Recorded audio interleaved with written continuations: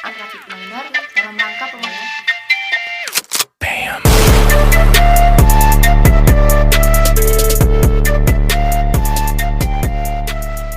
Assalamualaikum warahmatullahi wabarakatuh. Perkenalkan, nama saya Cahaya Miliana Sembiring, NPM 5200111050, Prodi S1 Akuntansi. Video ini saya buat dalam rangka pemenuhan ujian tengah semester mata kuliah Coding and Machine Learning. Saya sendiri adalah kelas Coding and Machine Learning 3. Selamat menyaksikan dan selamat menonton. Oke, langsung aja ke yang pertama. Jadi yang pertama ini adalah pendeskripsian kasus dan sumber data.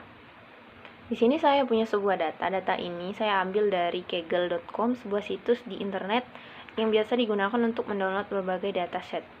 Nah, ini merupakan data pengklasifikasian pelanggan yang setia dan tidak setia. Churn-nya bisa dilihat dari churn-nya ini, false dan true.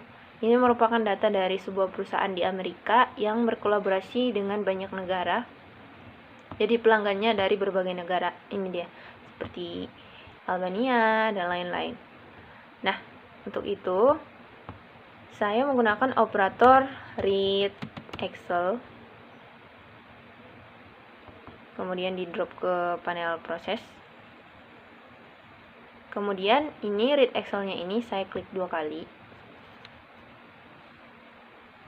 untuk mencari atau untuk memasukkan data mana yang ingin saya gunakan.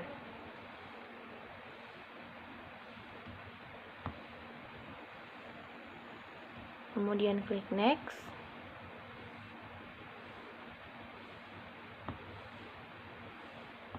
Dan untuk atribut churn-nya ini harus diubah tipe role-nya jadi label.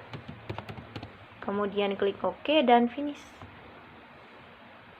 Nah, untuk yang kedua ini, yang bagian B ini menggunakan split validation 70/30%, artinya itu adalah yang 70% untuk data training dan yang 30% untuk data testing.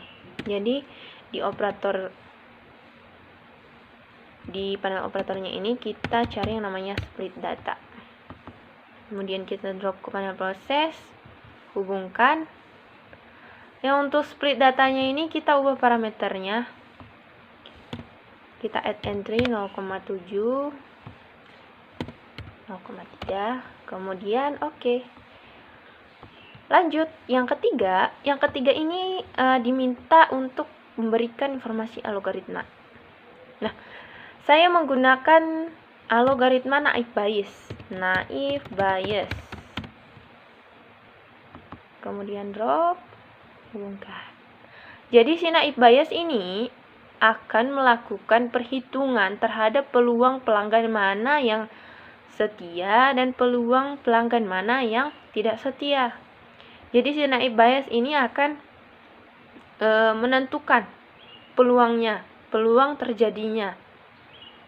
terjadi pelanggan yang baik, pelanggan yang setia, atau pelanggan yang tidak setia. Lalu ada operator tambahannya. Operator tambahannya adalah apply model. Kemudian drop ke panel proses. Ini yang split datanya ini kita hubungkan ke uni. Mode-nya si naive Bayes ke mode-nya si apply model. Nah, untuk yang D ini diminta untuk memberikan membuat store model pada repository. Nah, jadi store itu merupakan sebuah operator juga. Nanti yang digunakan untuk menyimpan ini algoritma yang digunakan di dalam ini ke repository. Jadi dicari yang namanya store. Ini dia. Lalu hubungkan mode dengan import. Ada operator tambahannya itu performance. Nah, performance ini gunanya untuk menunjukkan performa yang dihasilkan oleh si naive Bayes, tingkat keakurasian yang dihasilkan oleh si naive Bayes ini. Nah, yang untuk store ini berikan nama sesuai sesuai yang dianjurkan. Di sini saya buat namanya UTS. Saya simpan di proses, kemudian klik OK. Lalu hubungkan dan run.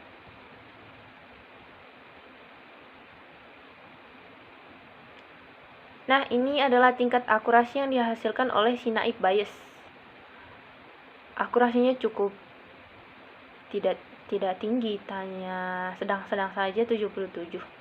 Dan untuk simple distributionnya ini ada class false-nya 0,866 dan class true-nya ada 0,134. Ada juga distribution tabelnya dan anotasi. Setelah itu, di bagian E ini, apply pada data yang baru untuk scoring. Nah, untuk melakukan scoring pada data yang baru itu caranya adalah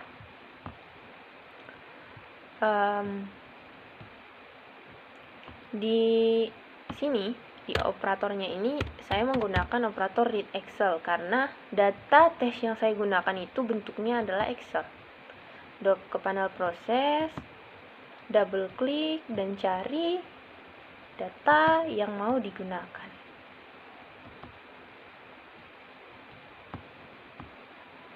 Kemudian next, dan finish. Nah, tadi kan udah ada disimpan itu yang UTS tadi. Nah, ini dia. Di repository ini udah tersimpan. Jadi kalau dia tersimpan, ini bentuknya tandanya itu kayak tanda lampu.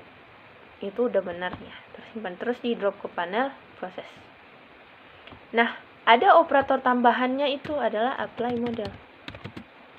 Apply model lagi. Kemudian drop ke panel proses.